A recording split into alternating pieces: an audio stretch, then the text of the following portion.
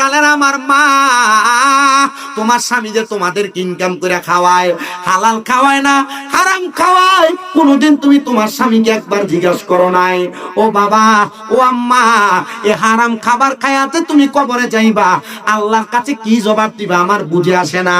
এজন্য আমি ফরাদাবাদ এলাকার সবার কাছে একটা কথাই আবদার করে যায়, হারাম যেখানা মানুষের অনুমতি ছাড়া তার সম্পদ হরণ করা, অনুমতি ছাড়া তার সম্পদ দখল করা, মানুষের কাছ থেকে সুদের উপর টাকা নেওয়া দেওয়া, মানুষের কাছ থেকে ঘুষের টাকা গ্রহণ করা, মানুষের পরের হক, গাছের সম্পদ, গাছের ফল ফলাদি গ্রহণ করা, এমন হারাম কাজ থেকে আপনি দূরে থাকবেন। মিথ্যা কথা বলে ব্যবসা করা, এমন কাজ থেকে দূরে থাকবেন। আরে বাবা, সব তো আপনি সম্পদের জন্য করতেছেন। মনে রাখবেন, যে ব্যক্তি 1 টাকার সম্পদের মালিক, আল্লাহর কাছে 1 টাকার সম্পদের হিসাব দেওয়া লাগবে। যে ব্যক্তি 1 কোটি টাকার সম্পদের মালিক, আল্লাহর কাছে 1 কোটি টাকার সম্পদের হিসাব দেওয়া লাগবে। আপনি বললেও লাগবে, না বললেও লাগবে। তাহলে আল্লাহর হাবিব সাল্লাল্লাহু আলাইহি ওয়াসাল্লামের একজন উম্মত, তিনি বসবাস করতেন ইরাকের জমিনে। উনি একজন বাদশা। তিনি বলেন, আমার প্রজাদের মধ্যে একটা উদ্বেগ কাজ করতেছিল, তারা অভাবে পড়ে গেছে, খরাতে পড়ে গেছে, তাদের কাছে কোনো সম্পদ নাই। তারা সবাই এসে আমি বাদশার কাছে বলে, বাদশা আপনি আমাদেরকে সম্পদ দেন, বেশি বেশি সম্পদ দেন, আমরা আমাদের সম্পদ দিয়া সম্পদ বাড়াইতে চাই।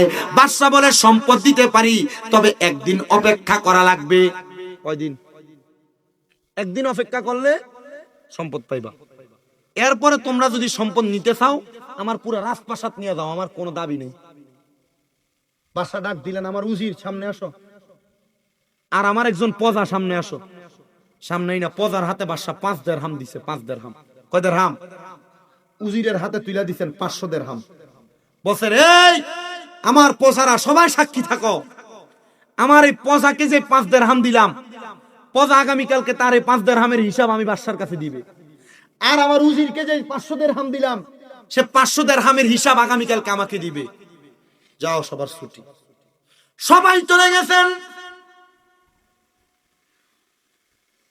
ওই প্রজা বলেন, 5 দিরহাম দিয়ে আমি কি করব? আমার কাছে এমন কোন এই টাকা দিয়ে আমি কিছু করার মতো নাই, আমি আমার কাছে রেখে দিলাম। আর উজির মনে চিন্তা করে, 500 দিরহাম চাইলে ভালো খাবার খাওয়া যাবে, ভালো পোশাক পরা যাবে। বাজার সদাই করে ভালো পোশাক নিয়ে উজির চলে আসলেন এবার তার বাড়িতে। পরদিন আসরের নামাজের সময় বিচার কার্য, হিসাব দেওয়া লাগবে। রাজপ্রাসাদ সাজাইলেন সুন্দর করে। বাদশা তার রাত চেয়ারে বসলেন। বাদশা কি করলেন? একটা বড় আগুনের চুল্লি বানাইছে। ধান সিদ্ধ করবার লাগে আপনারা চুলা বানান না? এমন একটা বড় চুল্লি বানাইলেন, বড় একটা লোহার শীট উনি এটার উপর বিছিয়ে দিয়া আগুনটাকে জোহর থেকে আসর পর্যন্ত উত্তক্ত করলেন। আচ্ছা কন্ত, এখন এই লোহার শীটটা কি ঠান্ডা না গরম? কম না বেশি? তিনি বলেন, গরম কইরাম। আমি বললাম, এ আমার প্রজা, এ আমার উজির, তোমরা তোমাদের টাকার হিসাব কে কি করেছো এই গরম লোহার পাতের উপর দাঁড়ায় দেওয়া লাগবে। সবাই কই হিসাব বরাবর। প্রজা বললেন, বাদশা আমার টাকা এখনো আমার কাছে আছে, 5 দিরহাম দিয়া কিছু করা যাবে না, বিদায় কিছু করি নাই, রেখে দিলাম। বলে, হিসাব এমনে না, এটার উপর দাঁড়ায় দাও। প্রজা কি করলেন? তার ডান পাটা রাখলেন গরম লোহার চুল্লির পাতের উপরে, রাইকা বললেন, আমার দিরহাম আমার কাছে বইলা। বাম পা দিয়া কদম রাইকা চুল্লি থেকে বের হয়ে গেলেন। আর এবার উজিরকে ডাক দিলেন, উজির তুমি তোমার 500 দিরহামের হিসাব দাও। উজির বললেন, আমি 500 দিরহামের হিসাব দিব কি? আমি বললাম, বাদশা এটার উপর দাঁড়ায় যদি আমি আমার হিসাব দিতে যাই, আমার পা গলে যাবে, হাড্ডি গলে যাবে, শরীরের দেহ চুরমাচুর হয়ে যাবে, আমি আমার 500 দিরহামের হিসাব দিয়া শেষ করতে পারবো না। বাদশা বলে, ও আমার প্রজার দলেরা, ও আমার উম্মতে মুহাম্মদীরা, শুনো, তোমরা যেমন ভাবে এই সম্পদের হিসাব আমার কাছে 2 জন দিতে পারে নাই, তোমরা যত সম্পদের মালিক হইবা কাল ময়দানে মাশর, তামার মতো আগুনের উত্তপ্ত গরম হবে, সূর্যটা তোমাদের মাথার উপরে থাকবে, কিন্তু তোমরা এই হিসাব সেখানে দাঁড়ায় দাঁড়ায় দেওয়া লাগবে। যার সম্পদ যত বেশি তার হিসাব তত বেশি। এবার বলো তোমরা সম্পদ চাও কিনা? বলে না, সম্পদ চাই না। ও বাদশা, কবরে যাওয়ার পর আমরা কোন কাজ করলে ওই কবরের কঠিন আযাব থেকে বাঁচবো আপনি আমাদেরকে শিখিয়ে দেন। এ পর্দার অন্তরালের মা বোনেরা, আপনারা মাঝে মাঝে হয়তো কবরের কথা স্মরণ করে করে কান্দেন কিনা জানি না। মোবাইল নিয়ে, সোশ্যাল মিডিয়া নিয়ে, টিভি সিরিয়াল নিয়ে যদি ব্যস্ত থাকেন, স্বামীর সঙ্গে সর্বদাই যদি ইমু কলে ব্যস্ত থাকেন, মা গো কবরের কথা কখন সময় কোন স্মরণ করবেন এটা বুঝি না। তবে আপনাদের সবার কাছে বলি আমার ভাই বাবারা, মা বোনেরা, ওই হাসরের ময়দানের কথা স্মরণ করে যখন বাদশার সব প্রজারা বললেন, বাদশা আমরা দুনিয়া চাই না, আমরা সবাই আখিরাত চাই। বাদশা আপনি আমাদেরকে একটা তালিম প্রদান করেন, যেই তালিমের মাধ্যমে আমরা দুনিয়া ত্যাগ কইরা আখিরাতটাকে উজ্জ্বল বানাইতে পারবো। বাদশা বলে, ও আমার প্রজারা শোনো, আজকে তোমরা ফজরের নামাজের আগে, এশারের নামাজের পরে আমি বাদশার রাজপ্রাসাদে আসবা, তাহলে আমি তোমাদেরকে কবরের পুঁজি তৈরি করার মাধ্যম রেডি করে দিব। কবরবাসীর স্মরণে মাহফিল, ফরাদাবাদ এলাকার কবরবাসীর একটা খুশি, মাহফিলের ডাইনে বামে ঘুরতেছে। আর ভিক্ষুক যেমনে ভিক্ষা করে, কবরবাসী রুহগুলো এমনি এমনি ভিক্ষা করে। আমার ফুতা সুস্তি রে মাহফিলে, আমি মান লাগে একটু দোয়া করস না। আমার সন্তান আসুস্তি রে, আমি বাবার জন্য একটু দোয়া করো না। এ ফরাদাবাদ এলাকার একজন আলেমী ছিলেন নুরুদ্দিন ভাই, মনে হয় আপনাদের এলাকারই হুজুর। বাইরে আমার ইন্তেকালের অল্প কিছুদিন আগে আখাউর একটা মাহফিলে বলছিল, ভাই বেশি শরীরটা ভালো না, বুকটা মাঝে মাঝে ব্যথা করে একটু দোয়া করবেন। আমি বলছি আল্লাহর দরবারে তাহাজ্জুদ পড়ে পড়ে দোয়া করলে দেখবেন আমার আল্লাহ তাআলা আপনাকে মাফ করবে, রোগের শেফা দান করবে। ওনার একটা সন্তান মনে হয় কোরআনে হাফেজ হয়েছে। আল্লাহর দরবারে ওনার ইন্তেকালে আমি বড় আফসোস করে করে দোয়া করছি। বক্তা মানুষ, উলামায়ে কেরাম ওয়াজ মাহফিল করত। আল্লাহ আপনি কোন ভালোর বুঝে আপনি তারে নিয়ে গেছেন আমি জানি না। আমি আস্তে আস্তে গাড়িতে বলছি, আল্লাহ যেন ওই লোকটাকে জান্নাত নসিব করে আমরা মন থেকে দোয়া করব। শুধু তাই না, ফরাদাবাদ এলাকা, বানসারামপুর থানা, ব্রাহ্মণবাড়িয়া জেলা সহ সমস্ত পৃথিবীর যত মানুষ কবরের বাসিন্দা, ওগো আল্লাহ, আজকে ফরাদাবাদ এলাকায় হযরতে হাজী জমিরউদ্দিন জামে মসজিদ প্রাঙ্গণে এই জান্নাতের বাগান মাহফিলের উসিলায় তুমি প্রত্যেকের কবরের আযাব মাফ করে দিও। আমি জানতে চাই, চোখের পানি পালায়া পালায়া যদি কান্দি, আমার আল্লাহ তাআলা চাইলে আমাদের বংশের কবরের আযাব মাফ করতে পারে কি পারে না? আইরে বাদশার প্রধান সময় রাজপ্রাসাদে চলে আসছে। রাজপ্রাসাদে আসার পরে বাদশা বলে, তোমরা আমার সঙ্গে 2 রাকাত নামাজ আদায় করো। নামাজে দাঁড়িয়ে গেলে সবাই নামাজ আদায় করে মুনাজাতে কান্না করতেছে। এই আমার প্রজারা, তোমরা চিন্তা করে দেখো, তোমাদের আঙ্গুলি দ্বারা বড় গুনাহ করেছো, হাত দ্বারা গুনাহ করেছো, চোখ দ্বারা গুনাহ করেছো, কান দ্বারা গুনাহ করেছো, নাক দ্বারা গুনাহ করেছো, মুখ দ্বারা গুনাহ করেছো, পা দ্বারা গুনাহ করেছো।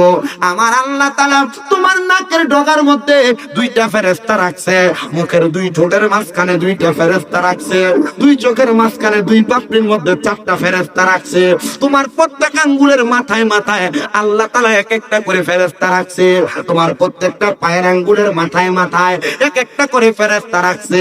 তোমরা যদি মনে হয় তোমার গুনার কারণে তুমি বাইসা যাইবা, তোমরা আল্লাহর কাছে কান্নার দরকার নাই, রাজপ্রাসাদ থেকে বের হয়ে যাও। আর যদি মনে হয় আল্লাহ তাআলা তোমাদেরকে মাফ করবে না, তুমি স্বীকার করা লাগবে না। তোমার হাত বলে দিবে তোমার হাত দ্বারা আঙ্গুলি দ্বারা গুনাহ হয়েছে। তোমার চোখ বলে দিবে এই চোখ দ্বারা তুমি পুরুষ হয়ে পরনারীর দিকে তাকাইছো। এ মা, তোমার চোখ সাক্ষী দিবে তোমার স্বামী থাকার সত্ত্বেও তুমি তোমার চোখ দিয়ে পরপুরুষের দিকে তাকাইছো। এ মা, তোমার স্বামী তোমার হক আদায় করার পরেও তুমি অন্য কোন পুরুষের দিকে তাকাইছো। এ পুরুষ মানুষ, তোমার স্ত্রী তোমার সব হক আদায় করার পরেও তুমি অন্য কোন নারীর দিকে তাকাইছো। তোমার চোখ সাক্ষী দিবে, জবান দিয়ে মিথ্যা বলেছো, গালিগালাজ করেছো, তোমার জবান সাক্ষী দিবে। তোমার হাত দ্বারা মানুষের টাকা পয়সা জমি সম্পদ চুরি করেছো, হাত হাতের আঙ্গুলিগুলা সাক্ষী দিবে। তোমার পা দ্বারা গুনার কাজ করার জন্য পা দিয়ে হাইটা হাইটা গিয়েছো, তোমার পা গুলা সাক্ষী দিবে। আর কবরের মধ্যে যাওয়ার পর এমন ভাবে কঠিন আযাবের সম্মুখীন তোমাকে করা হবে, বাঁচতে পারবা না, বাঁচতে পারবা না, বাঁচতে পারবা না। আল্লাহর নবী আল্লাহর কোরআন থেকে বলে, ইন্নাল্লাযীনা কাফারু মিন আহলিল কিতাবি ওয়াল মুশরিকিনা ফি নারি জাহান্নামা খালিদিনা ফিহা উলাইকা হুম শাররুল বারিয়া। নিশ্চয় যারা কুফরি করে এবং মুনাফিক, আহলে কিতাব এবং মুনাফিকি কর্মকাণ্ড করে, ওই ব্যক্তিদের ব্যাপারে আমার আল্লাহ তাআলা ঘোষণা করতেছে, বান্দা, এই বান্দারা দুনিয়ার জমিন থেকে কবরে যাওয়ার পর তোমরা চিরস্থায়ী জাহান্নামী। এরা কারা? কয় উলাইকা হুম শাররুল বারিয়া। এরা হইল দুনিয়ার সবচাইতে নিকৃষ্ট ব্যক্তি, এরা হইল দুনিয়ার সবচাইতে বাজে ব্যক্তি। হুজুর, আমরা মুনাফিকি করি না, আমরা আহলে কিতাব না, কিন্তু আমরা কুফরিও তো করি না, আমরা তো কাফের হইয়া যাই নাই।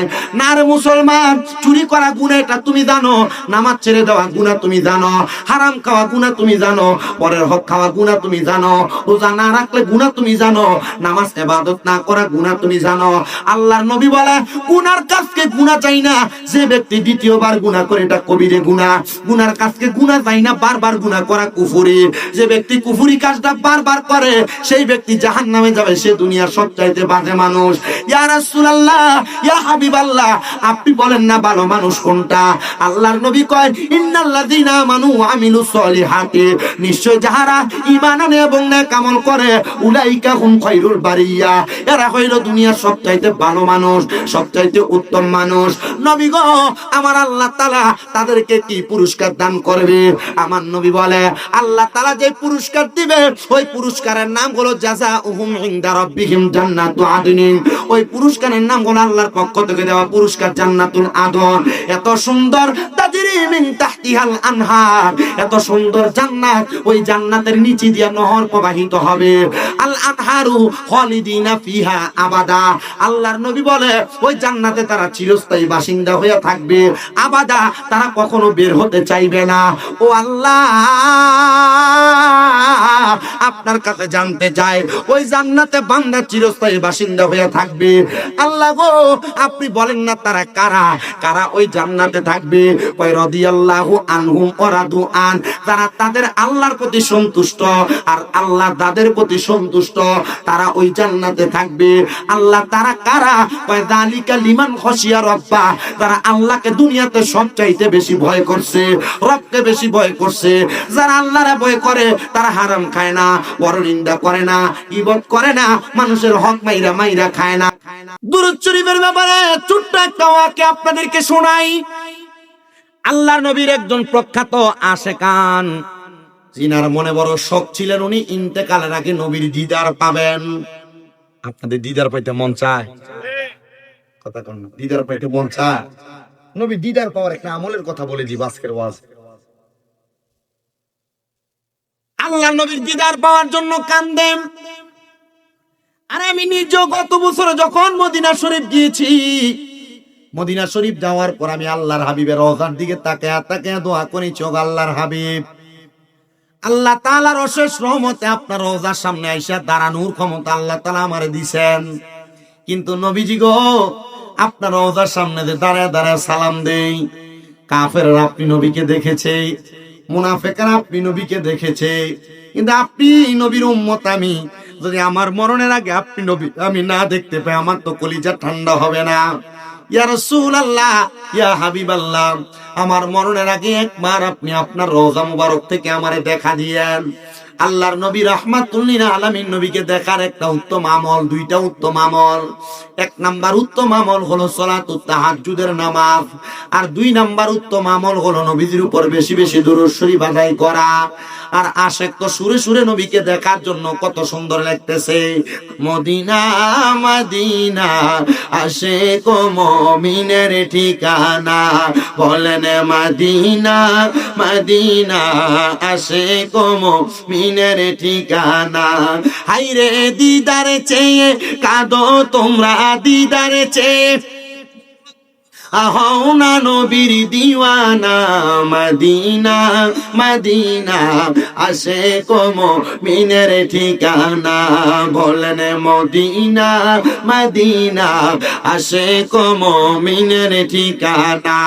হায়রে জালালউদ্দিন সুয়ুতি ৭৫ বার দেখলো নবীজি।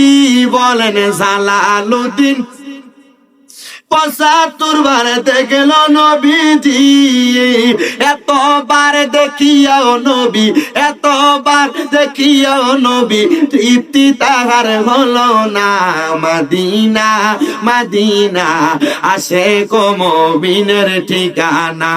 বলেন মদিনা মদিনা আশিক ও মুমিনের ঠিকানা।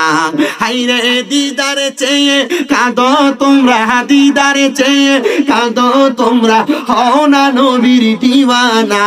মদিনা মদিনা আশিক ও মুমিনের ঠিকানা। বলেন মদিনা মদিনা আশিক ও মুমিনের ঠিকানা। হায়রে কালো হাবশি বেলালে ভালোবাসলো ওই পাগলে। বলেন কালো হাবশি বেলালে ভালোবাসলো ওই পাগলে। ইসলামের প্রথম মুয়াজ্জিন, ইসলামের প্রথম মুয়াজ্জিন বানাইলেন রাব্বানা। মদিনা মদিনা আশিক ও মুমিনের ঠিকানা। বলেন মদিনা মদিনা।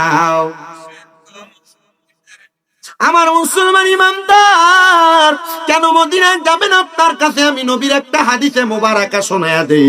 আল্লাহর নবী বলে, মান যারা কবরি ওয়াজাবাত লাহু শাফাআতি ইয়াউমাল কিয়ামা।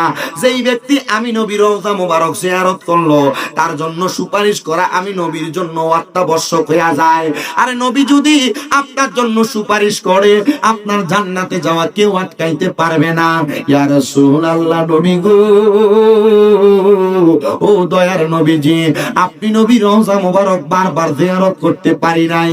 আমি আমার নবীজির রওজার সামনে দাঁড়ায়া দাঁড়ায়া ৩টা কথা বলেছি, ইয়া রাসূলুল্লাহ, আমি অল্প বয়সে আপনার রওজার সামনে আসছি, আলহামদুলিল্লাহ। দ্বিতীয় আমার আরেকটা আশা, আমি যেন আমার মা বাবারে নিয়ে আপনার রওজার সামনে আসতে পারি, আপনি দোয়াটা কবুল করেন। ও মায়ার নবী, বাংলাদেশে ওয়াজ মাহফিলে গেলে কত মানুষ নিয়ে ওয়াজ করি, তারা তো আপনি নবীর পাগল, আপনি নবীর উম্মত, আপনি নবীর আশিক, আপনি তাদেরকে একবার হইলো মক্কা মদিনা দেখার সুযোগ কইরা দিয়ার। আমার মুসলমান, আমি কত মানুষ দেখছি মদিনা শরীফের দিকে তাকায়া তাকায়া চোখের পানি ফালে কান্দে। নবীজির ওই আশিক, উনি বলেন আমি সারাটা জীবন নবী নবী বলে কান্না করতেছিলাম। আমার বয়স 45 হয়ে গেছে, আমি নবীকে দেখার জন্য দুরূদ পড়ে পড়ে কান্দি, তাহাজ্জুদ পড়ে পড়ে কান্দি, কিন্তু আমার আল্লাহ তাআলা আমার নবীর দিদার আমার দেখায় না। হায়রে, যখন আমার নবীর আমার দিদার দেয় না, আমি আমার আল্লাহ তাআলার কাছে বারবার কান্না করতে লাগলাম। আমার বয়স 45, আমি নবীর কাছে যখন বারবার কান্দি, আল্লাহর কাছে বারবার কান্দি, আমার নবীর দিদার যখন আমি পাই না, আমি বিবাহ করলাম না। আমি হঠাৎ একদিন 45 বছর বয়সে রাগান্বিত হইয়া আমি চিন্তা করলাম আর বলতে লাগলাম, 45 বছর বয়স পর্যন্ত যেহেতু নবী নবী বইলা ডাকছে, নবীর দিদার পাই নাই, আজকে আমি আর নবী নবী বইলা ডাকবো না। তিনি বলেন, আমি যখন ওই দিন নবীরে না ডাইকা তাহাজ্জুদ নামাজ না পইরা আমার ঘরের মধ্যে ঘুমায়া গেলাম, এমন টাইমে আমি দেখলাম আমার একটা অন্ধকার ঘর নূরের আলোতে ঝলমল ঝলমল করতেছে। আমি আমার এই ঘরটা দেখলাম, আমি নূরের আলোতে চোখ খুলতে পারতেছি না। আমি হঠাৎ করে তাকিয়ে রইলাম, কিন্তু আমার এমন আলো আমার চোখের মধ্যে লাগে, আমি বুঝতে পারলাম না এটা কিসের আলো, যে আলোর কারণে আমার চোখটা খুলতে পারতেছি না, আর চোখে আমি দেখতেছি না। আমি প্রশ্ন করলাম, কে আমার ঘরের মধ্যে তোমরা আলো জ্বালাইলা? আমার কেউ কোনো জবাব দেয় না। আমি হঠাৎ করে তাকিয়ে দেখলাম সাদা রঙের পোশাক পরা, মুখের উপরে কাপড় দেওয়া, আমার সামনে আইসা আমার মাথাটার মধ্যে হাতটা বুলিয়ে দিতেছে। প্রশ্ন করলাম কে আপনি?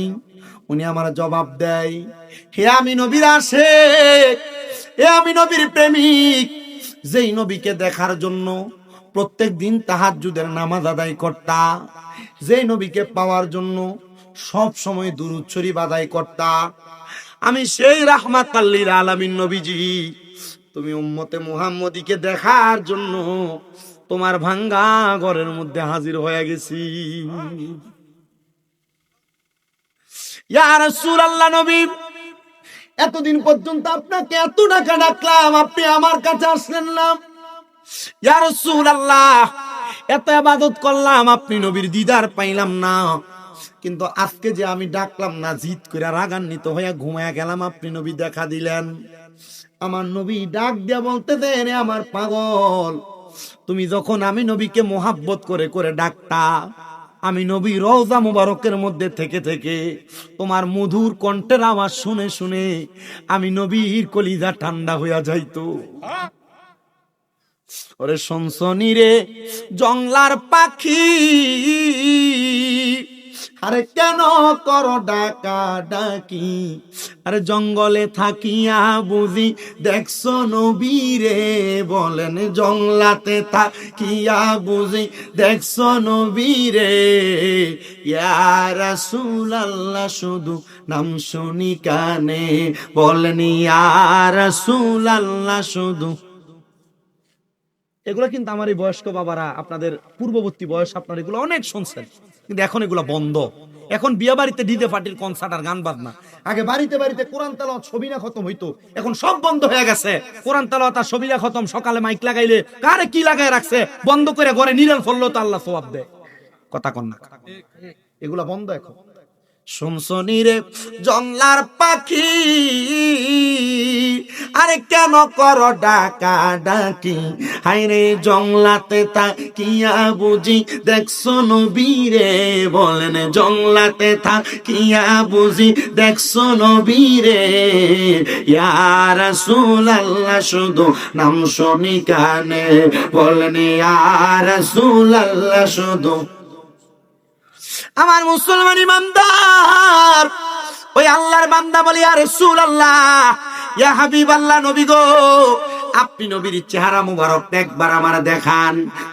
অন্যায় হয়েছে, আর কোনদিন আপনি নবীকে স্মরণ করা ছাড়া আমি নিদ্রাতে যাব না, আপনি নবীর দুরূদ পড়া ছাড়া আমি ঘুমাইতে যাব না।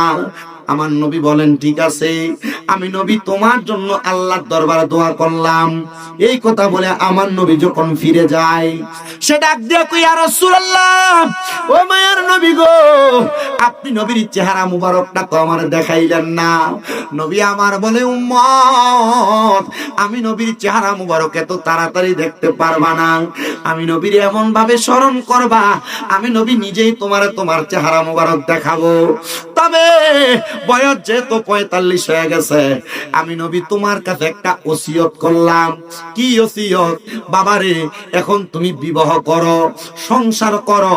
ইয়া রাসূলুল্লাহ, ইয়া হাবিবাল্লাহ, আমি বিবাহ করলে, সংসার করলে তো আপনি নবীর দুরূদ বেশি পড়তে পারবো না, আপনি নবীর বেশি বেশি স্মরণ করতে পারবো না। আল্লাহর নবী ডাক দিয়া কই, এ পাগল, যদি বিবাহ করার পরে আল্লাহ তাআলা তোমার হাতে একটু সময় দেয়, ওই অল্প সময় দিয়া আমি নবীরে মুহাব্বত নিয়ে স্মরণ করবা। আমি নবীরে কেউ যদি মুহাব্বত নিয়ে স্মরণ করে, আমি নবী রহমাতাল লিল আলামিন নবীজি, সে কোন জায়গায় বসে আমি নবীরে স্মরণ করে, আমি সেই জায়গা চিনি। কে আমি নবীকে স্মরণ করতেছে, আমি তার নাম জানি, আমি তার বাবার নামও জানি। বলে, হুজুর, আমার নবীর উপর দুরূদ পড়লে না ফেরেশতারা নিয়ে পৌঁছায়। হ্যাঁ হ্যাঁ, এটাও একটা হাদিস, ওইটাও একটা হাদিস। আমার নবীর প্রতি কেউ যদি দুরূদ পড়ে, এই দুরূদটা ফেরেশতারা নিয়ে পৌঁছায়। কিন্তু আমার নবীর প্রতি কেউ যদি মুহাব্বতে দুরূদ পড়ে, আমার নবীকে আমি তারে চিনি, তার বাবার নামও জানি।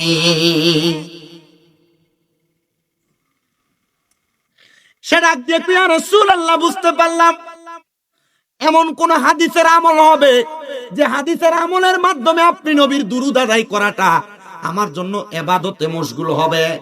আমার নবী বলেন, আনাস ইবনে মালিক রাদিয়াল্লাহু তাআলা আনহুর হাদিস, আনাস ইবনে মালিক রাদিয়াল্লাহু তাআলা আনহু আমার নবীকে প্রশ্ন করি, ইয়া রাসূলুল্লাহ, আপনি নবীর প্রতি আমি কত দুরূদ আদায় করব? আমার নবী বলেন, তুমি তোমার জীবনটার সময়টাকে যদি তুমি দুনিয়াতে থাকো অবস্থায় দুরূদ আদায় করো। আনাস ইবনে মালিক বলি, ইয়া রাসূলুল্লাহ, আমি সারাটা 24 ঘন্টার সময়কে আমি দুই ভাগে ভাগ করব। এক ভাগ আপনি নবীর উপর দুরূদ আদায় করব, আরেক ভাগ আমি আমার দুনিয়ার সময় কাটাবো। আল্লাহর নবী বলেন, আলহামদুলিল্লাহ, তবে এর চাইতে বেশি পড়তে পারলে আরো ভালো। ওই সাহাবী আনাস ইবনে মালিক বলি, ইয়া রাসূলুল্লাহ, তাহলে আমি পুরাটা সময়কে 3 ভাগে ভাগ করব। আমি 2টা ভাগ সময় আপনি নবীর প্রতি দুরূদ পড়ব, এক ভাগ সময় আমি আমার দুনিয়ার কাজের জন্য রাখবো। আমার নবী বলে, আলহামদুলিল্লাহ, এর চাইতে বেশি পড়লে আরো ভালো। হযরত আনাস ইবনে মালিক বলি, ইয়া রাসূলুল্লাহ, তাহলে 4 ভাগ কইরা এক ভাগ আপনি নবী আমি দুনিয়ার কাজে কাটাইবো, আর এক ভাগ আপনি নবীর উপর দরুদ পড়ব। আমার নবী বলে, এ আনাস ইবনে মালিক, আলহামদুলিল্লাহ, তবে আমি নবী ঘোষণা করলাম এর চাইতে বেশি পড়তে পারলে আরো ভালো। আনাস ইবনে মালিক রাদিয়াল্লাহু তাআলা আনহুর হাদিসটাকে নকল করে হযরত আব্দুল্লাহ ইবনে আব্বাস রাদিয়াল্লাহু তাআলা আনহু বলেন, আমি আমার নবীকে বললাম, ইয়া রাসূলুল্লাহ, ইয়া হাবিবাল্লাহ, নবী গো, আমার জীবনের বাকি সময়ে যতটুক সময় আমার ব্যতীত খালি থাকবে, আমি প্রত্যেকটা সময় আপনি নবীর উপর দুরূদ শরীফ আদায় করে করে কাটিয়ে দিব। বলেন সুবহানাল্লাহ। এ মুসলমান ইমানদার, ওই ব্যক্তি বলেন, আল্লাহর হাবিবের ইশারা মোতাবেক আমি বিবাহ করলাম। বিবাহ করার পরে আমার একটা সন্তান দুনিয়াতে জন্ম নিল, কিন্তু জন্ম নেওয়ার 2 মাসের মাথায় আমার স্ত্রী ইন্তেকাল করলো। আমি চিন্তা করলাম, আমি আরেকটা বিবাহের মধ্যে লিপ্ত হব না। আমি আরেকটা বিবাহে লিপ্ত হইলে আমার এই সন্তান এবং পরবর্তী বিবাহের কারণে আমার পরিবারটা এলোমেলো হবে, এটার কারণে আমার ইবাদতের মধ্যে বিঘ্নতা ঘটবে। ও মুসলমান, আপনারা যারা এখানে মুরব্বীরা বসছেন, অনেকে আছেন আপনারা স্ত্রী হারায় ফেলছেন, অনেকে চিন্তা করে করে আবার দ্বিতীয় বিবাহ করেছেন। দ্বিতীয় বিবাহ করা স্ত্রী ইন্তেকালের পরে এটা গুনার কাজ নয়, ভালো কাজ, সওয়াবের কাজ। তবে আল্লাহর হাবিব সাল্লাল্লাহু আলাইহি ওয়াসাল্লাম নবী বলেন, কোন পুরুষ অথবা মহিলার স্বামী পুরুষের স্ত্রী মারা যাওয়ার পরে ওই পুরুষ যদি তার স্ত্রীর কথা মুহাব্বত মনে নিয়া আর কখনো বিবাহ না করে, আল্লাহর দরবারে তার স্ত্রীর জন্য দোয়া করে, আমার আল্লাহ তাআলা ওই স্ত্রীটাকে 40 জন জান্নাতের হুল গিলমানের সর্দারিনী বানায়া ওই পুরুষের খেদমতে জান্নাতের মধ্যে হাজির করে দিবে। জোরে জোরে বলেন সুবহানাল্লাহ। আর কোন মহিলা স্বামী ইন্তেকাল করার পরে ওই মহিলা যদি তার স্বামীর কথা চিন্তা করে আর বিবাহ না বসে, আল্লাহর নবী বলেন, ওই মহিলা যদি তার সন্তানদেরকে মায়া করে, সন্তানের উপর আদরের নজর দেয়, আদরের হাত বুলিয়ে দেয়, আমার আল্লাহ তাআলার রহমতের ছায়া ওই মহিলাকে দান করেন। আরো জোরে কর না। ওই দিন গত কয়দিন আগে আমি ওয়াজ করে আসছি রাঙ্গামাটি। এই ওয়াজ যখন করলাম, এই গত মনে হয় 4-5 দিন আগে এক লোক ফোন দিছে, হুজুর আপনি যে ওয়াজ করে দিয়ে গেছেন, এখন আমার আব্বা উনি তো বিবাহের জন্য লাফায়, এই ওয়াজটা আমার আব্বার একটু শোনান। আমি কইছি, এটা তো ভালো জিনিস বেটা, বিয়ার লাগে লাফায়। তোর আম্মা কই? হুজুর মারা গেছে। আমি কই, আব্বা বিয়ে করতে মন চায়, তো বিয়ে করো না কেন? আপনি চিন্তা করতেছেন, হুজুর বিয়ার অনুমতি দিতেছেন। বর্তমান সমাজের ছেলেরা চাইলেই মা ইন্তেকালের পরে বাপরে বিয়ে করাইতো না। চিন্তা করবো কি, মাগো বিয়ে করলে আরেকটা ছেলে মেয়ে যদি হয়, যদি সম্পদের ভাগ দেওয়া লাগে, কথা কই না, তুমি শরিয়া বিরোধী কাজ করবা। তোমার আম্মা যান প্রাপ্তবয়স্ক, তোমার আব্বা অ্যাক্সিডেন্টে মারা গেছে, তুমি তোমার আম্মাকে চাইলে বিবাহ দিতে পারবা। আমি ওই দিন একটা নিউজ দেখে আমি খুব খুশি হয়েছি। ছেলে বয়স মনে হয় 17 থেকে 18, তার আব্বা ইন্তেকাল করছে বিদেশে। সে তার আম্মা জানে ইদ্দত 4 মাস 10 দিন শেষ হওয়ার পর সে নিজে পছন্দ করে তার আম্মার কাছে বলছে, আম্মা আপনি চাইলেও নাকি বিবাহ করতে পারেন। আপনার কাছে মনে হবে এই মহিলা মনে হয় কত খারাপ, স্বামী ইন্তেকাল করছে, বিয়ে বসে ফেলছে। আমাদের সমাজ এটাকে কোন নজরে দেখে? আরে না মিয়া, যদি এই মহিলার শরীরের যৌবনত্বের পাওয়ার থাকে, মহিলা বিবাহ বসতে পারবে। আর আপনি কইবেন কি, দেখছেন এই বেড়া মরে গেছে, কয়দিন হইছে বিয়ে বইলেছে, কথা কই না কেন? কয়নি? দেখছো বউ মরে গেছে, 40 দিন যায় না বিয়ে করে ফেলছে, কথা বলেন না কেন? যদি কোনো পুরুষ মানুষ মনে করে যে তার স্ত্রীর জন্য ধৈর্য ধরে থাকবে, পারবে। যদি বলে না, তার চরিত্রের হেফাজত করতে পারবে না, জিনা ব্যভিচারে লিপ্ত হয়ে যাবে, তাহলে তার জন্য ধৈর্য ধরে থাকার দরকার নাই, তার জন্য বিবাহ করা ফরজ। সরি দ্বিতীয়বার ওয়াজিব। আমার মুসলমান ইমানদার নাম, তিনি বলেন আমার স্ত্রী ইন্তেকাল করার পরে আমি আর দ্বিতীয় বিবাহ করলাম না। শর্ত হলো আমি যদি দ্বিতীয় বিবাহ করি আমার ইবাদতে ব্যাঘাত ঘটবে। উদ্দেশ্য ভালো, উদ্দেশ্য কি? আমার ইবাদতে ব্যাঘাত ঘটবে। পর্দার অন্তরালের মহিলারা চিন্তা করবো, দেখ শুনি এটা কেমন ওয়াজ করে, এই ওয়াজ তো কোনোদিন বাপদাদার গো তো শুনি নাই। না গো মা, ইসলামী শরীয়ত আপনি শোনেন আর না শোনেন এটা আপনাকে মানতেই হবে। এই যে পুরুষ মানুষের টাকার অভাব নাই, একটা স্ত্রী আছে, তার যেই অর্থ সে চাইলে দুইটা তিনটা স্ত্রী লালন পালন করতে পারবে। বাংলাদেশের মহিলাদের এমন স্বভাবে রূপান্তর হয়ে গেছে, এরা কখনো তাদের স্বামীকে দ্বিতীয় বিবাহের অনুমতি দিবে না।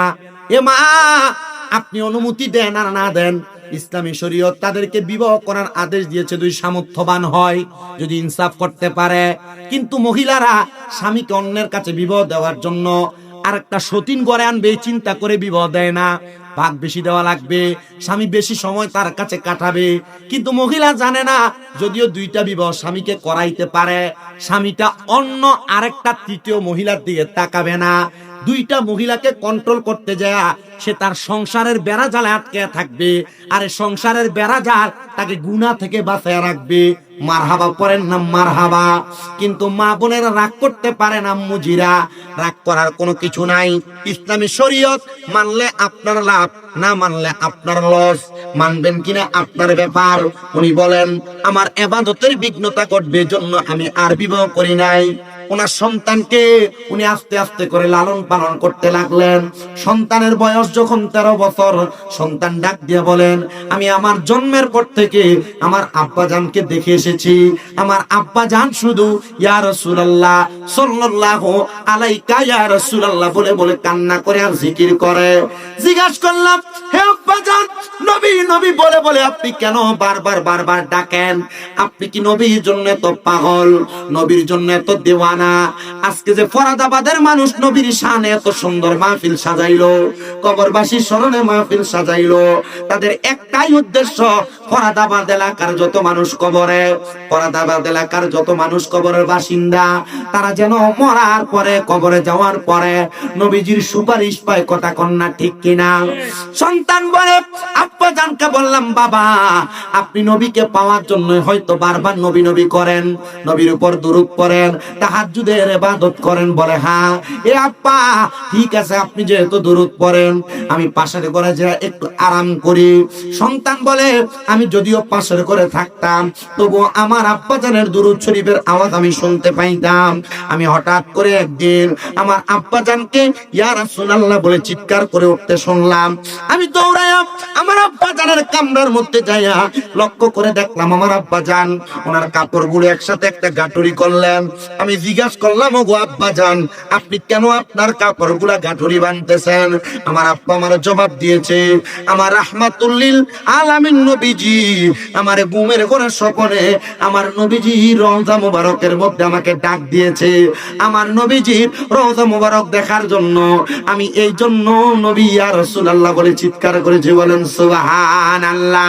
এ মুসলমান ইমানদার, এ নবীর উম্মতের দল, সন্তান ডাক দেয়া বলে বাবা আপনি যদি এই এলাকা ত্যাগ করে এখান থেকে মদিনাতে চলে যান আমি সন্তানকে কার কাছে রেখে যাবেন?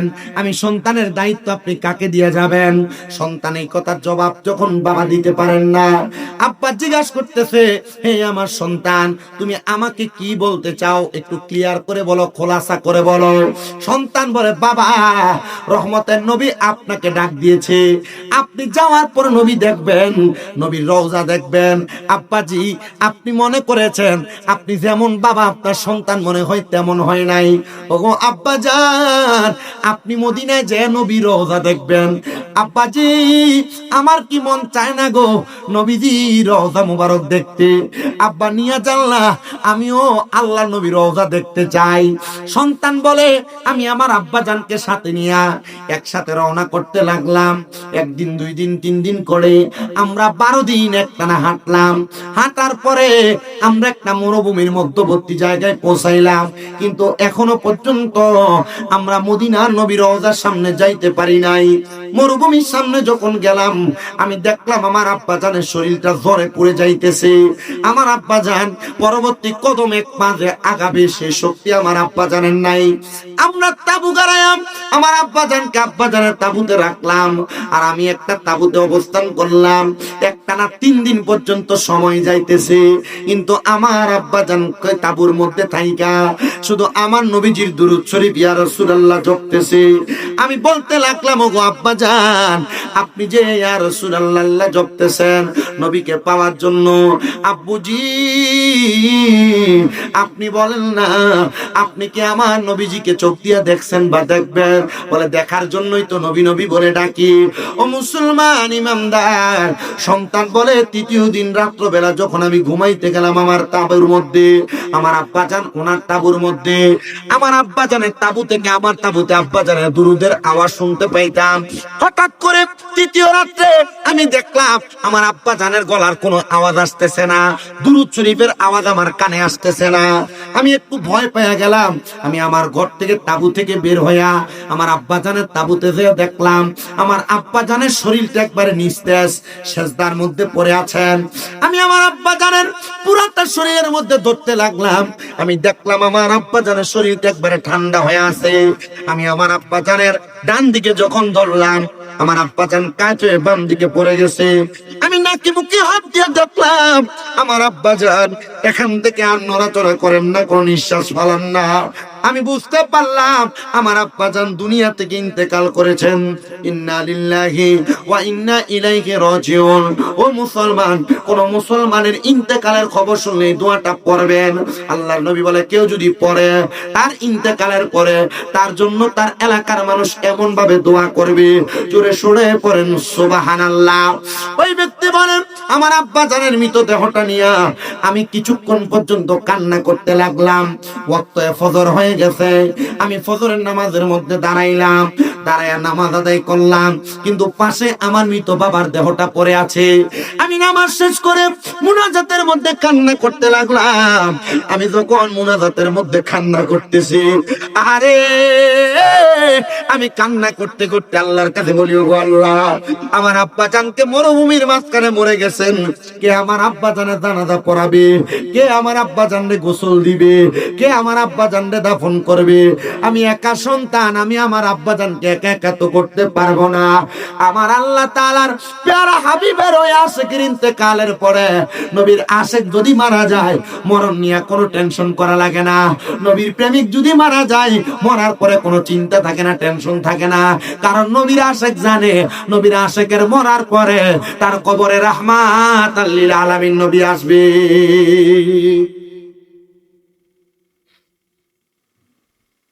নবী আসবে, এ বিশ্বাস আছে না নাই? আহলে সুন্নাত ওয়াল জামাতের আকীদা, রাহমাতুল লিল আলামিন নবী কবরে আসবে। প্রশ্ন করা হবে, ওমান হাযার রাসূল, এই ব্যক্তিকে চিনো কিনা? আমরা নবীকে দেখে দেখে বলবো, হ্যাঁ ইনি আমাদের রাসূল সাল্লাল্লাহু আলাইহি সাল্লাম। আরে আমার এক ওস্তাদ যিনি কুমিল্লা আলিয়া মাদ্রাসা আমাদেরকে বুখারীর দরজ দিয়েছেন, তিরমিজির দরজ দিয়েছেন, আমাদেরকে ইবনে নাসাই শরীফের দরজ দিয়েছেন, ইবনে মাজাহ শরীফের দরজ দিয়েছেন। ওই ওস্তাদ বলে, আরে বেটা, নবীর প্রেমিক হয়ে যদি কেউ মরতে পারে, নবীর সাথে পাক্কা আশিক হয়ে যদি কেউ মরতে পারে, আল্লাহর কসম উম্মতে মুহাম্মদী কবরে যাওয়ার পর নবীকে চিনা লাগবে না। নবী বলবে, এটা আমার উম্মত, আয় আমি নবীর কুল মুবারক। 2টা মাইকের গাড়ি বাইর করে, 3টা মাইকের গাড়ি বাইর করে, মসজিদে মসজিদে মরণের খবর এলান দেয়। কিন্তু নবীর প্রেমিক যদি মারা যায়, মাইকের জন্য গাড়ি বাইর করা লাগে না, মাইকিং করে এলাকার মানুষকে জানায়া দেওয়া লাগে না। আল্লাহর হাবিবের এলানে নবীর আশিকের জানাজার মধ্যে হাজার হাজার মানুষ চলে আসে। বলেন সুবহানাল্লাহ। উনি বলেন, তাহলে তোমরা তো মনে হয় বুজুর্গ দিনদের এলাকার মানুষ।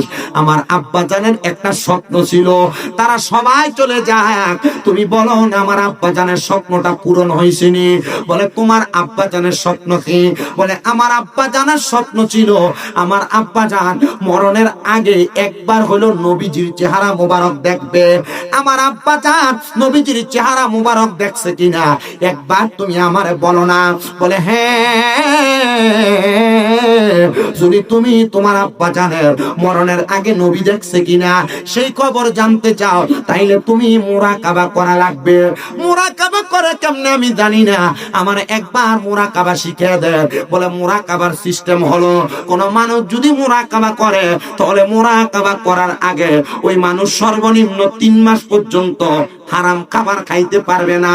তাহাজ্জুদের নামাজ পড়বে, বেশি বেশি নফল ইবাদত করবে, করার পরে আসরের নামাজের পরে ডান হাতটারে তার ডান গালের সাথে লাগায়া পাটারে মিমের মতো বাঁকা কইরা যখন পশ্চিম দিকে মুখটা ফিরিয়া কোন বিষয় জানার জন্য চেষ্টা করবে, আল্লাহ তাআলা তাকে সেই বিষয় জানিয়ে দিবে। এ বাবা পারবানি তাহাজ্জুদ নামাজ পড়ে মুরাকাবা করতে?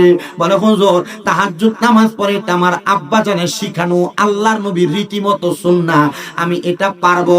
বলে তাহলে তাহাজ্জুদ নামাজ পড়া মুরাকাবা করবা, মুরাকাবা করলে তোমার আব্বা জানের দেখা পাইবা, তোমার আব্বা জানের খবরটা নচেত তুমি তোমার আব্বা জানকে জিজ্ঞাসা করে নিও। উনি বলেন আমি আবার আমার বাড়ির পথে রওনা করলাম। বাড়ির পথে যাইতে যাইতে আমি চিন্তা করলাম কোথায় থাকবো। আমার এলাকার সব মানুষ তো আমারে চিনে না, আমার আব্বা জানকেও চিনে না।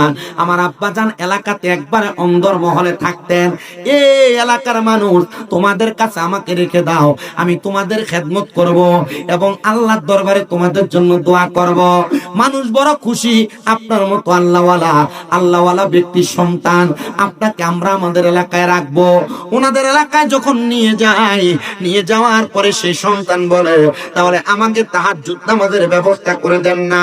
সন্তান বলে এই জগতের মানুষ, আমি যখন তাহাজ্জুদের নামাজ পড়ে কান্না করতে লাগলাম, আমি কান্না করতে করতে যখন আমার নামাজের মুসল্লাটার মধ্যে চোখটা বন্ধ করে ফেললাম, এমন টাইমে দেখলাম ওই সাদা রঙের পোশাক পরায় আমার আব্বা জান আমার চোখের সামনে চলে আসছে। আব্বুজি আপনি যে আমার চোখের সামনে আসছেন, আপনি ইন্তেকাল করেছেন, আমি আপনার কাছে জানতে চাইবো না মরার পরে কবরে আপনার সাথে কেমন আচরণ করা হয়, শুধু একটা জবাব দেন। আপনি আপনার হায়াতে জিন্দেগির পুরা সময় আপনি নবী নবী বলে বলে কাটাইছেন, ওই মরণের সময় আপনি ওই নবীর দেখা পাইছেননি, ওই নবীর দিদার পাইছেননি। সন্তান ডাক দিয়ে বলে জগতের মানুষ,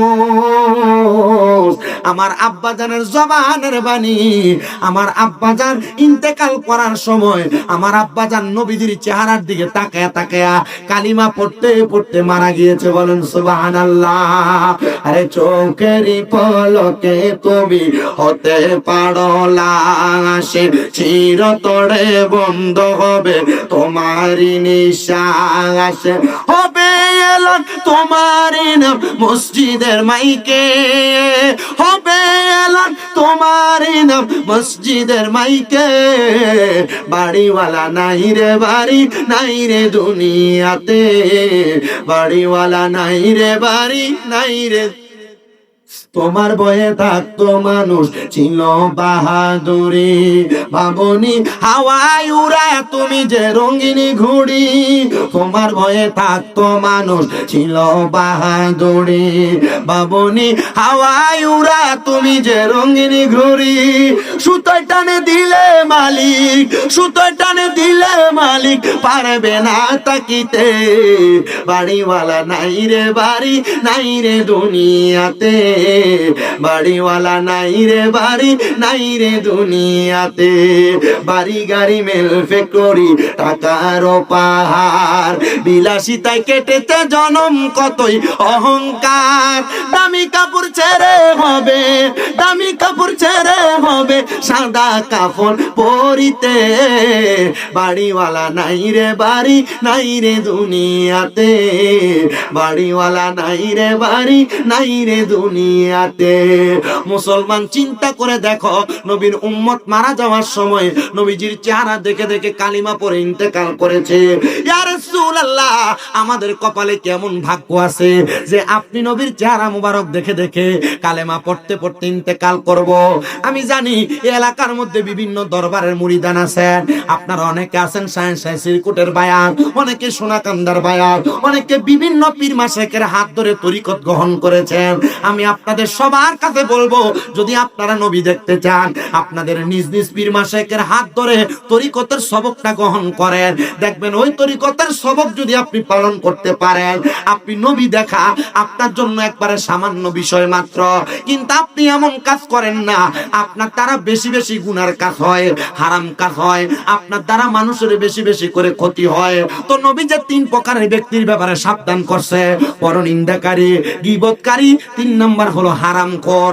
হারামখোর আছে কয় রকমের? এক প্রকার হারামখোর, 1 নাম্বার বর্তমান সমাজে যারা, এরা হলো সুদখোর। এবার আপনারা বলেন, এমন সুদখোরও বাংলাদেশের সমাজে আছে না নাই? শুধু সুদখোর না, এবার সুদে টাকা লাগে। যদি কয় কাকা চলেন কেমনে, আমরা তো কোনো কাম কাজ নাই, আল্লাহ সাল্লাহ, কথা কন না কা? এমন সুদখোর আছে না? আপনার কষ্ট দিতেছে কোন? আরেক প্রকার সুদখোর আছে। কোন সুদখোর? এই দেখবেন এবারটা নিজে সুদ খায় না, ইয়া ওই এবার কাছে যদি কাকা 10,000 টাকা হাওলাত দেন চাইবনি, আমার কাছে তো নাই, তো শাশির কাছে তার বইনে দিছিল কটা টিয়া চাইলা দিবার লাগে, কথা কন না কা? আছে না নাই? 2 নাম্বার গেল। 3 নাম্বার আরেকটা সুদখোর আছে, যে সুদখোরটা এলাকায় মানুষ সুদখোর কইব, এলাকায় ব্যাংকে এককালীন 10 লাখ রাখা দেয়। এটার নাম দিছে এফডিআর, কথা কয় না? নাম কি? 10 লাখ 10 বছর রাখা দিলে 10 বছর পর এটা 20 লাখ হয়ে ফেরত দিব, কথা কয় না? আসেনি এই সুদখোর? আরেক প্রকারের সুদখোর আছে, বলে যে এটা কোন সুদখোরটা? যে সুদরা আপনার বউ আপনার ফার্ম দিয়ে খাওয়ায়। হুজুর এটা কোনটা? দেখুন হঠাৎ করে একদিন রাত্রে কইতাছি, ইয়া তুমি যে যা কামাই করো সব খাইয়া লাও, আমরা আবুদ্দারির একটা ভবিষ্যৎ আছে না, এ মোটামুটি আইও না, আমরা একটা ডিপিএস করে লাই, ডিপিএস করে কিছু ব্যাংকে রাখি, তাহলে তো একটু বড় হইলে কামাই রুজি করে এটা দিয়ে খাইতে পারবো, চলতে পারবো। এই সুদ দিয়া, ঘুষের টাকা দিয়া, ডিপিএস নামক হারাম টাকা দিয়ে আপনি আপনার ফুত মানুষ করবেন, আর এই ফুত আপনার বয়স হওয়ার পর আপনার বাদ দিব, এটা আমি চিন্তা করতে পারি না, কথা কোন? এমন সুদখোর আছে না নাই? কথা কয় না, আছে না নাই? এমন সুদ যারা খায় তাদেরকে সাবধান করে দিবেন। বলে তোমরা যে সুদ খাও, কুকুর কুকুর কুকুর প্রত্যেকদিন সকালবেলা দোয়া করে, আল্লাহ আমার 2 প্রকার ব্যক্তির মুখ সকালবেলা খালি মুখে দেখাইও না। আল্লাহ তারা বলে, ওই কুকুর বলে, 1 প্রকার কোন বেনামাজির মুখ আমি কুকুরকে দেখাইয়েন না। 2 নাম্বার কোন হারামখোরের মুখ আমি কুকুরকে দেখাইয়েন না। আরে কি সুদ খাইলা, তোমার চেহারা কুকুর পর্যন্ত দেখতে চায় না, আর তুমি এলাকার মানুষে দেখে দেখে বেড়াও। আবার দেখতে দেখা যায় এই সুদখোররা একটু নির্লজ্জ হয়, বেহায়া হয়। বলে হুজুর কেমনে? আরে বাবা, সুদের টাকা দিয়া সমাজের মধ্যে চলাফেরা করে, দামি বিল্ডিং বানায়, আবার সমাজের লম্বা লম্বা কথা বলে, এমন সুদখোর এলাকায় আপনারা দিয়ে কয়, আমি কইতাম কি? তারাই সাক্ষী দেয়া আছে। মুসলমান ইমানদার আরেক প্রকার হারামখোর। নবীজি আপনার কাছে জানতে চাই, তারা কারা? বলে যারা পরের হক হরণ করে, হাক্কুল ইবাদ, বান্দার হক তারা মেরে মেরে খায়, নিজের সম্পদ বাড়ানোর জন্য পরের হক তারা দখল করে। ভাই মারা গিয়েছে, বাতিদার সম্পত্তি বোঝা দেয় না, দখল করেছে। মা বাবা ইন্তেকাল করেছে, বোনের সম্পত্তি বোঝা দেয় না। এমন বহুত ভাই আছে মাহফিলে, মা বাপ মরে গেছে কিন্তু বোনের সম্পদ এখনো বুঝাই দেয় নাই। বহুত ভাই আছেন আপনার, বোনের সম্পদ বুঝাই দেয় নাই। আল্লাহ নবী বলে তারা আরেক প্রকার হারামখোর, তারা আরেক প্রকার জুলুমবাজ। নবীজি 3 নাম্বার আর কারা? বলে যারা নিজের সম্পদ বাড়ানোর জন্য মিথ্যা কথা বলে বলে ব্যবসা করেছে। একটা জিনিসের দাম 10 টাকা, সে 8 টাকা দিয়ে ক্রয় করেছে। 10 টাকা বিক্রি করলেই চলে, সে বিক্রি করার সময় কয় আল্লাহর কসম করে এটা আমার কি নয় 15 টাকা। এমন হারামখোর যারা মিথ্যা কথা বলে বলে ব্যবসা করে, আল্লাহর নবী বলে আমি তাদের ব্যাপারে বড় ভয় করি। নবী গো, আর কোন হারামখোরের ব্যাপারে ভয় করেন?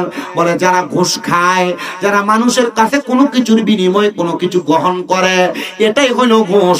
এটার কারণে আমি নবী তাদের ব্যাপারে বড় ভয় করি।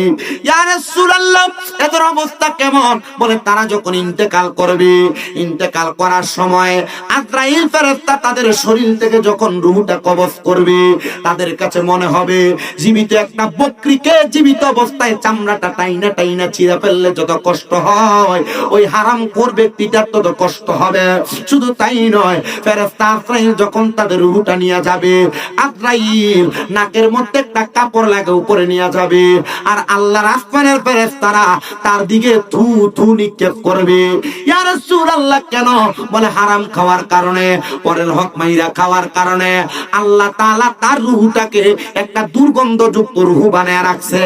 এ পদ্মার অন্তরালের আমার মা, তোমার স্বামী যে তোমাদেরকে ইনকাম করে খাওয়ায়, হালাল খাওয়ায় না, হারাম খাওয়ায়, কোনদিন তুমি তোমার স্বামীকে একবার জিজ্ঞাসা করো নাই?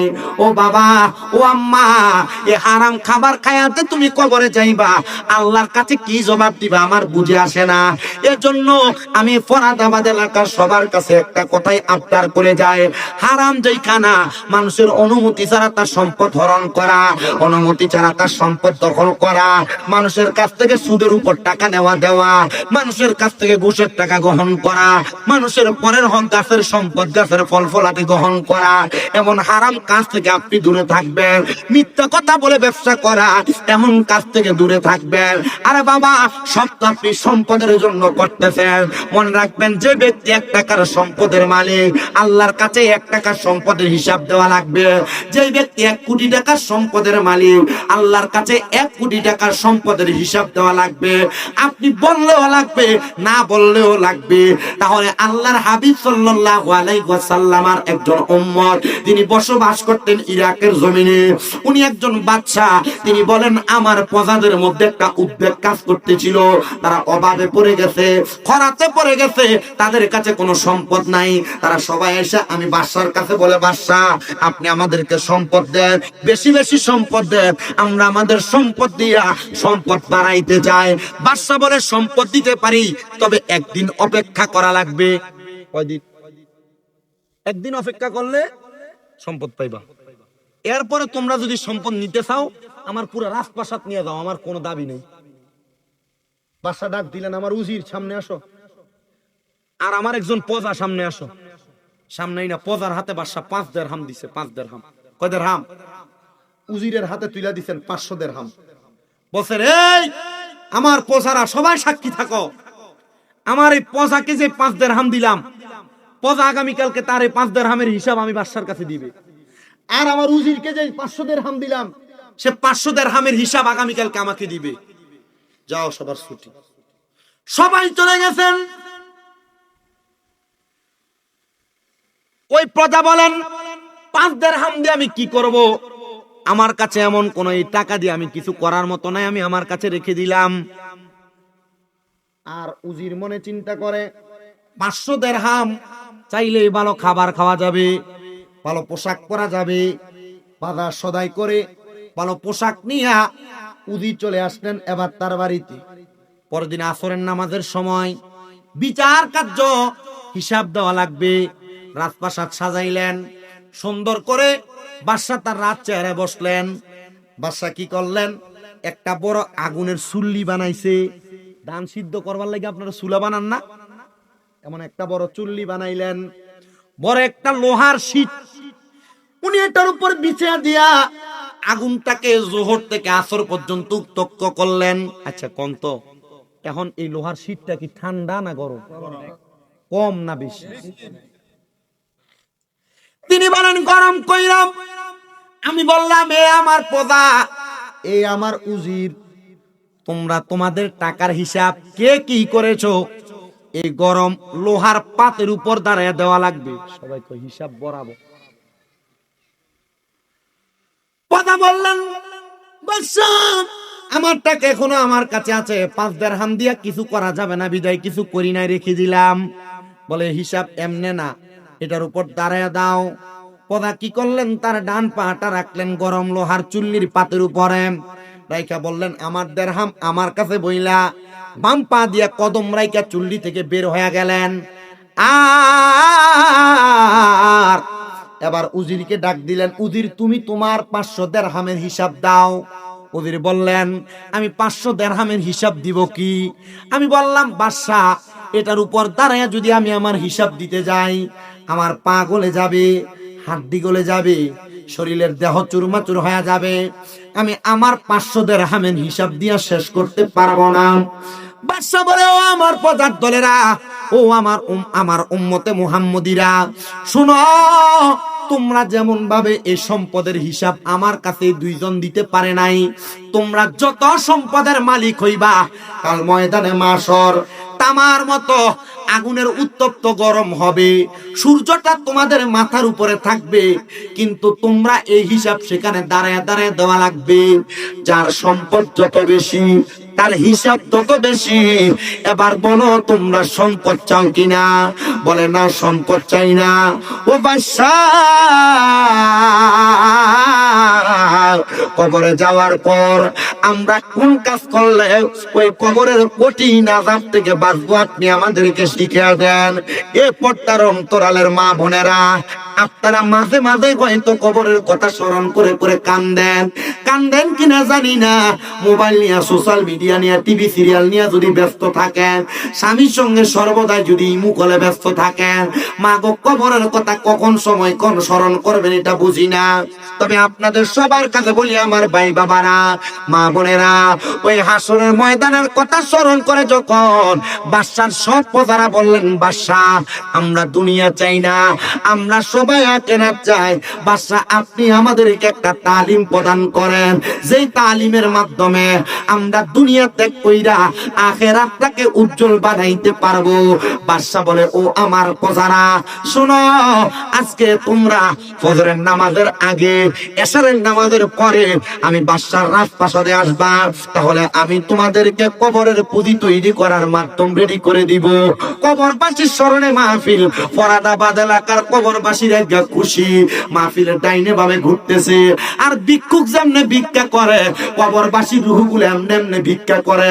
আমার ফুতা সুস্তি রে মাহফিলে, আমি মান লাগে একটু দোয়া করস না, আমার সন্তান সুস্তি রে, আমি বাবার জন্য একটু দোয়া করো না। এ ফরাদাবাদ এলাকার একজন আলেমী ছিলেন, নুরুদ্দিন ভাই, মনে হয় আপনাদের এলাকারই হুজুর। বাইরে আমার এই ইন্তেকালের অল্প কিছুদিন আগে আখাউর একটা মাহফিলে বলছিল, ভাই বেশি শরীরটা ভালো না, বুকটা মাঝে মাঝে ব্যথা করে একটু দোয়া করবেন। আমি বলছি, আল্লাহর দরবারে তাহাজ্জুদ করে পরে দোয়া করলে দেখবেন আমার আল্লাহ তাআলা আপনাকে মাফ করবে, রোগের শেফা দান করবে। ওনার একটা সন্তান মনে হয় কোরআনে হাফেজ হয়েছে। আল্লাহর দরবারে ওনার ইন্তেকালে আমি বড় আফসোস করে করে দোয়া করছি। বক্তা মানুষ, উলামায়ে কেরাম ওয়াজ মাহফিল করত, আল্লাহ আপনি কোন ভালোর বুঝে আপনি তারে নিয়ে গেছেন আমি জানি না। আমি আস্তে আস্তে গাড়িতে বলছি, আল্লাহ যেন ওই লোকটাকে জান্নাত নসিব করে, আমরা মন থেকে দোয়া করব। শুধু তাই না, ফরাদাবাদ এলাকা, বাঞ্ছারামপুর থানা, ব্রাহ্মণবাড়িয়া জেলা সহ সমস্ত পৃথিবীর যত মানুষ কবরের বাসিন্দা, ওগো আল্লাহ, আজকে ফরাদাবাদ এলাকায় হযরতে হাজী জমিরউদ্দিন জামে মসজিদ প্রাঙ্গণে এই জান্নাতের বাগান মাহফিলের উসিলায় তুমি প্রত্যেকের কবরের আযাব মাফ করে দিও। আমি জানতে চাই, চোখের পানি পালায়া পালায়া যদি কান্দি, আমার আল্লাহ তাআলা চাইলে আমাদের বংশের কবরের আযাব মাফ করতে পারে কি পারে না? হায়রে, বাদশার প্রধানের সময় রাজপ্রাসাদে চলে আসছে। রাজপ্রাসাদে আসার পরে বাদশা বলে, তোমরা আমার সঙ্গে 2 রাকাত নামাজ আদায় করো। নামাজে দাঁড়িয়ে গেলে সবাই নামাজ আদায় করে মুনাজাতে কান্না করতেছে। এই আমার প্রজারা, তোমরা চিন্তা করে দেখো, তোমাদের আঙ্গুলি দ্বারা বড় গুনাহ করেছো, হাত দ্বারা গুনাহ করেছো, চোখ দ্বারা গুনাহ করেছো, কান দ্বারা গুনাহ করেছো, নাক দ্বারা গুনাহ করেছো, মুখ দ্বারা গুনাহ করেছো, পা দ্বারা গুনাহ করেছো। আমার আল্লাহ তাআলা তোমার নাকের ডগার মধ্যে 2টা ফেরেশতা রাখছে, মুখের 2 ঠোঁটের মাঝখানে 2টা ফেরেশতা রাখছে, 2 চোখের মাঝখানে 2 পাপড়ির মধ্যে 4টা ফেরেশতা রাখছে। তোমার প্রত্যেক আঙ্গুলের মাথায় মাথায় আল্লাহ তাআলা এক একটা করে ফেরেশতা রাখছে। তোমার প্রত্যেকটা পায়ের আঙ্গুলের মাথায় মাথায় এক একটা করে ফেরেশতা রাখছে। তোমরা যদি মনে হয় তোমার গুনার কারণে তুমি বাইসা যাইবা, তোমরা আল্লাহর কাছে কান্নার দরকার নাই, রাজপ্রাসাদ থেকে বের হয়ে যাও। আর যদি মনে হয় আল্লাহ তাআলা তোমাদেরকে মাফ করবে না, তুমি স্বীকার করা লাগবে না। তোমার হাত বলে দিবে তোমার হাত দ্বারা আঙ্গুলি দ্বারা গুনাহ হয়েছে। তোমার চোখ বলে দিবে এই চোখ দ্বারা তুমি পুরুষ হয়ে পর নারীর দিকে তাকাইছো। এ মা, তোমার চোখ সাক্ষী দিবে তোমার স্বামী থাকার সত্ত্বেও তুমি তোমার চোখ দিয়ে পর পুরুষের দিকে তাকাইছো। এ মা, তোমার স্বামী তোমার হক আদায় করার পরেও তুমি অন্য কোন পুরুষের দিকে তাকাইছো। এ পুরুষ মানুষ, তোমার স্ত্রী তোমার সব হক আদায় করার পরেও তুমি অন্য কোন নারীর দিকে তাকাইছো। তোমার চোখ সাক্ষী দিবে। জবান দিয়ে মিথ্যা বলেছো, গালিগালাজ করেছো, তোমার জবান সাক্ষী দিবে। তোমার হাত দ্বারা মানুষের টাকা পয়সা জমি সম্পদ চুরি করেছো, হাতের আঙ্গুলি গুলা সাক্ষী দিবে। তোমার পা দ্বারা গুনার কাজ করার জন্য পা দিয়ে হাইটা হাইটা গিয়েছো, তোমার পা গুলা সাক্ষী দিবে। আর কবরের মধ্যে যাওয়ার পর এমন ভাবে কঠিন আযাবের সম্মুখীন তোমাকে করা হবে, বাঁচতে পারবা না, বাঁচতে পারবা না, বাঁচতে পারবা না। আল্লাহর নবী আল্লাহর কোরআন থেকে বলে, ইন্নাল্লাযীনা কাফারু মিন আহলিল কিতাবি ওয়াল মুশরিকিনা ফি নারি জাহান্নামা খালিদিনা ফিহা উলাইকা হুম শাররুল বারিয়া। নিশ্চয় যারা কুফরি করে এবং মুনাফিক, আহলে কিতাব এবং মুনাফিকি কর্মকাণ্ড করে, ওই ব্যক্তিদের ব্যাপারে আমার আল্লাহ তাআলা ঘোষণা করতেছে, বান্দা, এই বান্দারা দুনিয়ার জমিন থেকে কবরে যাওয়ার পর তোমরা চিরস্থায়ী জাহান্নামী। এরা কারা? কয় উলাইকা হুম শাররুল বারিয়া। এরা হইল দুনিয়ার সবচাইতে নিকৃষ্ট ব্যক্তি, এরা হইল দুনিয়ার সবচাইতে বাজে ব্যক্তি। হুজুর, আমরা মুনাফিকি করি না, আমরা আহলে কিতাব না, কিন্তু আমরা কুফরিও তো করি না, আমরা তো কাফের হইয়া যাই নাই। না রে মুসলমান, চুরি করা গুনাহ এটা তুমি জানো, নামাজ ছেড়ে দেওয়া গুনাহ তুমি জানো, হারাম খাওয়া গুনাহ তুমি জানো, পরের হক খাওয়া গুনাহ তুমি জানো, রোজা না রাখলে গুনাহ তুমি জানো, নামাজ ইবাদত না করা গুনাহ তুমি জানো। আল্লাহর নবী বলে, গুনার কাজকে গুনাহ চাই না, যে ব্যক্তি দ্বিতীয়বার গুনাহ করে এটা কবিরে গুনাহ। গুনার কাজকে গুনাহ চাই না, বারবার গুনাহ করা কুফরি। যে ব্যক্তি কুফরি কাজটা বারবার করে সেই ব্যক্তি জাহান্নামে যাবে, সে দুনিয়ার সবচাইতে বাজে মানুষ। ইয়া রাসূলুল্লাহ, ইয়া হাবিবাল্লাহ, আপনি বলেন না ভালো মানুষ কোনটা? আল্লাহর নবী কয়, ইন্নাল্লাযীনা আমানু ওয়া আমিলুস সলিহাতি, নিশ্চয় যাহারা ঈমান আনে এবং নেক আমল করে, উলাইকা হুম খায়রুল বারিয়া, এরা হইল দুনিয়ার সবচাইতে ভালো মানুষ, সবচাইতে উত্তম মানুষ। নবী গো, আমার আল্লাহ তাআলা তাদেরকে কি পুরস্কার দান করবে? আমার নবী বলে, আল্লাহ তাআলা যে পুরস্কার দিবে ওই পুরস্কারের নাম হলো জাযাউহুম ইনদা রাব্বিহিম জান্নাতু আদনিন। ওই পুরস্কারের নাম হলো আল্লাহর পক্ষ থেকে দেওয়া পুরস্কার জান্নাতুল আদন। এত সুন্দর, তাজরি মিন তাহতিহাল আনহার, এত সুন্দর জান্নাত, ওই জান্নাতের নিচে দিয়ে নহর প্রবাহিত হবে। আল আনহারু খালিদিনা ফিহা আবাদা। আল্লাহর নবী বলে, ওই জান্নাতে তারা চিরস্থায়ী বাসিন্দা হয়ে থাকবে, আবাদা, তারা কখনো বের হতে চাইবে না। ও আল্লাহ, আপনার কাছে জানতে চাই, ওই জান্নাতে বান্দা চিরস্থায়ী বাসিন্দা হয়ে থাকবে। আল্লাহ গো, আপনি বলেন না তারা কারা? কারা ওই জান্নাতে থাকবে? কয় রাদিয়াল্লাহু আনহুম ওয়া রাদু আন, তারা তাদের আল্লাহর প্রতি সন্তুষ্ট আর আল্লাহ তাদের প্রতি সন্তুষ্ট, তারা ওই জান্নাতে থাকবে। আল্লাহ তারা কারা? কয় যালিকা লিমান খাশিয়া রাব্বা, তারা আল্লাহকে দুনিয়াতে সবচাইতে বেশি ভয় করছে, রবকে বেশি ভয় করছে। যারা আল্লাহরে ভয় করে তারা হারাম খায় না, পরনিন্দা করে না, গীবত করে না, মানুষের হক মাইরা মাইরা খায় না, কবরকে ভয় করে নামাজ পড়ে, নামাজ ছাড়ে না, রোজা ছাড়ে না, রমজান মাস আসলে পর্দার তলে যায় খাবার খায় না। মুসলমান ইমানদার সবার কাছে করো জোরে আবদার, কবরের আযাবকে ভয় করেন, আল্লাহকে রাজি খুশি করার চেষ্টা করেন। নামাজ, রোজা, হজ, যাকাত, ইবাদতের পাশাপাশি আল্লাহকে খুশি করার মাধ্যম হলো, আল্লাহর নবী বলে, রেদা রব্বি ফি রিদাল ওয়ালিদাইন, আম্মা আব্বার সন্তুষ্টিতে আমার আল্লাহকে সন্তুষ্টি করা যায়। ও আল্লাহ, আমাদের সমাজে এমন অনেক কপাল পোড়া আছে যারা বাইয়ে বাইয়ে ঝগড়া করে মা বাপরে ভাত খাওয়ায় না, যারা বিবাহ করার পর মা বাপকে জুদা করে দেয়, মা বাপ এই ঘরে ওই ঘরে ঘরে ঘরে ঘুরে ঘুরে খায়। এ সন্তানকেও যদি তোমরা তোমাদের মা বাপকে জুদা করে থাকো, আলাদা করে থাকো। দে রে ফরাদাবাদের সন্তান, বানসারাপুরের সন্তান, দে তোর পা আমার সামনে দে, আমি আমার জিব্বা দিয়া তোর পা পরিষ্কার করে দিব। বলে হুজুর কারণ কি? কারণ মা বাবার মনে কষ্ট দিয়া, মা বাপরে ভাত না দিয়া, মা বাপরে দমক দিয়া যত নামাজ পড়ো না কেন, এই নামাজ আল্লাহর কাছে কবুল হবে না। শামিম দাদা না, ব্রাহ্মণবাড়িয়া জেলার বড় হুজুরাই না ওয়াজ করাইবা, এই ওয়াজ দিয়ে কোনো লাভ হবে না। সন্তানের তো কেউ যদি ওই মা বাবার সাথে অন্যায় করে থাকো, ওয়াদা করো এখান থেকে বাড়িতে যে মা বাবার পা ধরে মাপ চাইবা। আমি জানি না তোমরা তোমাদের মা বাবার পা ধরে মাপ চাইবা কিনা, কিন্তু আল্লাহর নবী রাহমাতুল লিল আলামিন নবী আমার শিখিয়ে দেয়, উম্মত দুনিয়ার জমিনে মা বাপ মাফ না করলে স্বয়ং আমার আল্লাহ তোমাদেরকে মাফ করবে না। মা বাপ যদি তোমার প্রতি বেজার থাকে, আমার আল্লাহ তোমার প্রতি বেজার থাকবে। এই সন্তানের দলেরা, তোমরা তোমাদের মা বাবার কাছে মাপ চাইবা কিনা জানি না। আমি শামিম দাদা শুধু মাপ চাই নাই রে, মাপ চাই নাই, আমি আমার মা বাপের পায়ের মধ্যে চুমা দিছি। আপনাদের দোয়াতে কুমিল্লা শহরে আমার 6টা মাদ্রাসা চলে, পুরুষ মাদ্রাসা, মহিলা মাদ্রাসা, হেফজখানা, একাডেমিক বিভাগ। এই মাদ্রাসাগুলা আমার এলেমের বরকতে না, কুমিল্লা আলিয়া মাদ্রাসায় কামেল 2য় বর্ষে ফাইনাল পরীক্ষা দিয়া দিব। ও বন্ধু, আমি আমার এলেমের জোর দিয়ে ওয়াজ করি না, আমি বুঝতে পারি আমার উস্তাদদের দোয়া, আমার মা বাবার দোয়ার বরকতে আমি ওয়াজ মাহফিলে এসে ওয়াজ করতেছি। আরে আজকের মাহফিল কবুল হবে কি হবে না এটার গ্যারান্টি কেউ দিতে পারবে না, তবে একটা গ্যারান্টি আমি দিয়া যায়, আগামী কালকে যদি দেখো এলাকার কোন মুরব্বীরা দোকানে বৈশা বলে, হ্যাঁ আমার সন্তান কোনোদিন আমার সঙ্গে কোনো অন্যায় করে নাই, তবু আমার সন্তান বাড়িতে যাইয়া শামিম দাদার ওয়াজ শোনার পরে আমার পায়ে ধরে মাপ চাইছে, মনে করবা মাহফিল কবুল হয়ে গেছে। কোন মহিলা যদি একজন আরেকজনকে বলে, হ্যাঁ শামিম দাদার ওয়াজ শুইনা আমার সন্তান আমার পায়ে ধরে মাপ চাইছে, মনে করবা ওয়াজ কবুল হয়ে গেছে। বলে হুজুর আমি আমার মা বাবার পা ধরে মাপ চামু দূরের কথা, আমি 2 যে মা বাবার পা ছুঁয়ে সালামি করি না। এ সন্তান তুমি কেন সালাম করো না আমি জানি না। মা বাবার পায়ে ধরলে সন্তানের দাম কমে না, ইজ্জত কমে না, সম্মান কমে না। মা বাবার পায়ে চুমা দিলে আল্লাহর জান্নাতের চৌকাঠে চুমা দেওয়ার সওয়াব পাওয়া যায়। তোমার কি মনটা চায় না তুমি তোমার মা বাবার পায়ে চুমা দিতে?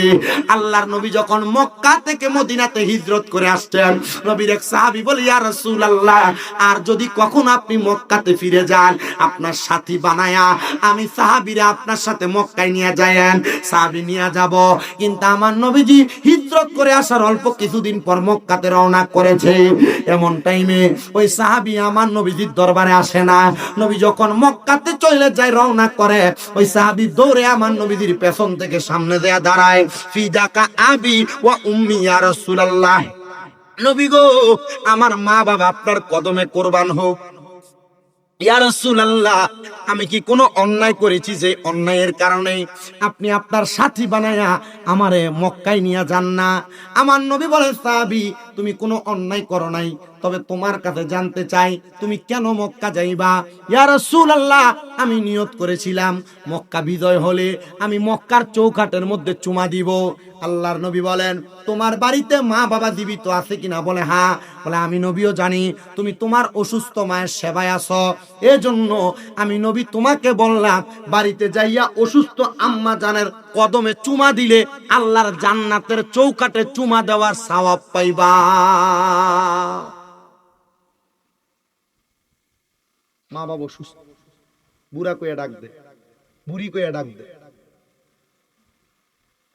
আল্লাহর নবী বলে এদের কাছে জান্নাতের স্বাদ আছে, জান্নাতের মজা আছে, কিন্তু অনেক সন্তান তাদের মা বাপরে ভাত দেয় না।